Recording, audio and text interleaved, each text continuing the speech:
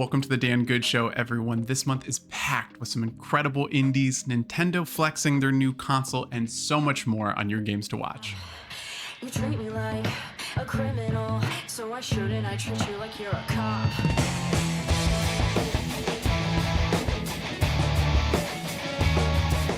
Unbeatable is a rhythm adventure game in a world where music is illegal. And the story follows Beat and her motley crew of bandmates who are now fugitives on the run. I love rhythm games, even if they humble me as a drummer if I can't quite get the timing right. But playing this demo, it's so special. It has an incredible hand-drawn anime style. It screams cyberpunk edge runners to me. And the soundtrack is 100% original to this game. This is all new music unique for this adventure. The music mechanics are very simple, but I am telling you after playing the demo, it is hard to master. All you have to do is hit up and down, but I promise you it gets very complex very fast. When you're not playing songs, you have the opportunity to explore the world around you, and it gives a really cool Persona vibe. Just the way the font looks and the way that you're exploring the world made me really happy, taking me back to like Persona 5. The little bit of story that I got to play for this game, the story is so compelling. The characters are fantastic. Do not sleep on this one. We all stand beside you, however possible.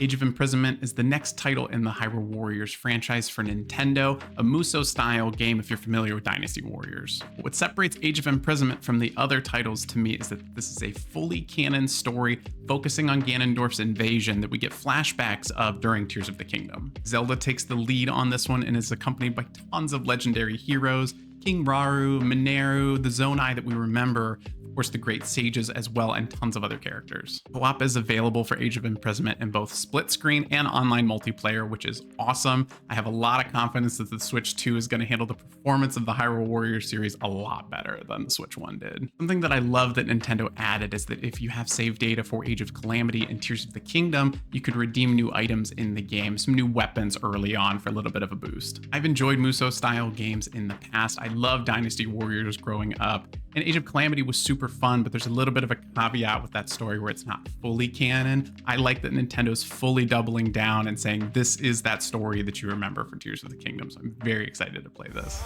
Emotion running through our veins, heartbeat, love is making waves. Lumines Arise is a new puzzle rhythm game from the team that brought you Tetris Effect Connected. If you know that team or if you know that game, you know you're in for crazy visual styles with some fantastic music to vibe to. Lumines Arise kind of has a Tetris vibe. You'll manipulate these 2x2 blocks from the top of the screen with different colors, and you try to match them on the bottom in order to create one square that matches one color or one type. There's a timeline that sweeps across the screen following the beat of this song, gathering up your completed squares, and that's how you generate your points. There's 35 single-player levels. There's also a competitive multiplayer mode and an online leaderboard. I will be very transparent with you. Tetris Effect kind of blows my mind in like not a good way. The visual effects are insane, but it's undeniably cool experience. If you need another rhythm game this month, Lumines Arise is there for you. They want you afraid. Fear makes you easier to control. It's time to wake up. Black Ops 7 is out this month, and I will be so real with you. Time is short, and Call of Duty is the same thing every year. So we're not really covering Black Ops 7 this year. I'm not the FPS guy. You got a new campaign. You got new multiplayer stuff. You got a new setting. Do with that what you will. New Call of Duty. What shall we do with the Flying Dutchman? I'm David Hasselhoff. I cannot believe I'm saying this in 2025, but I think we're getting a killer SpongeBob game. In Titans of the Tide, a clash between the Flying Dutchman and King Neptune has left ghostly mayhem all over Bikini Bottom. It's up to SpongeBob and Patrick to once again save the day and bring some sense of normalcy back to Bikini Bottom. Titans of the Tide is a 3D platformer where we can seamlessly switch between Patrick and SpongeBob, and they each have their own unique abilities to help us progress through the game. There will be tons of iconic locations to visit, tons of characters you know and love that may actually be bosses in the game, and best of all, this is fully voice acted by the original cast. I'm truly in disbelief that we're getting something that looks like a really high quality SpongeBob game this year. I'm honestly thrilled.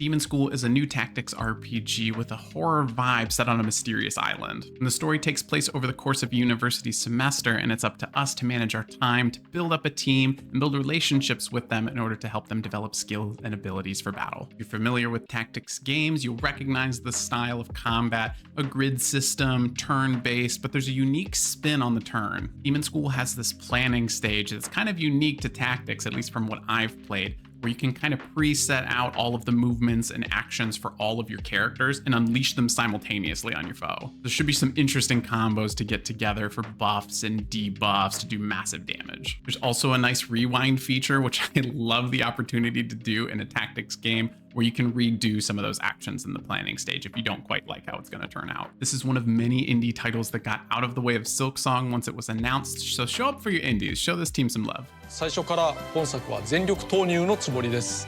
この機会をお見逃しなく。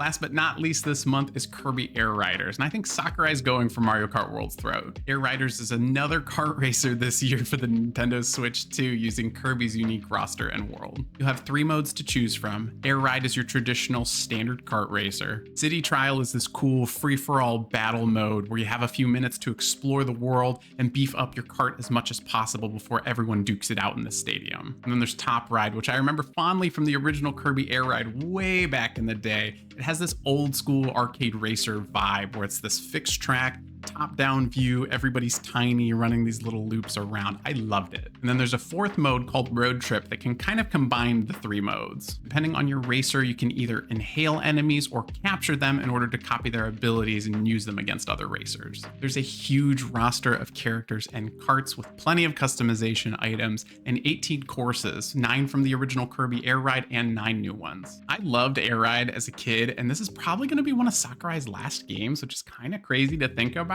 So I would definitely check this one out. And that's your games to watch for the month of November. Thank you so much for watching the Dan Good Show. As always, make sure you leave a comment on the video to let me know what game you're looking forward to the most this month, even if it's a game I didn't cover, especially if it's a game I didn't cover. That's what this series is all about, is finding your next new game to love. So don't forget to like the video, send it to a friend, subscribe so you don't miss the series. We'll catch you next month.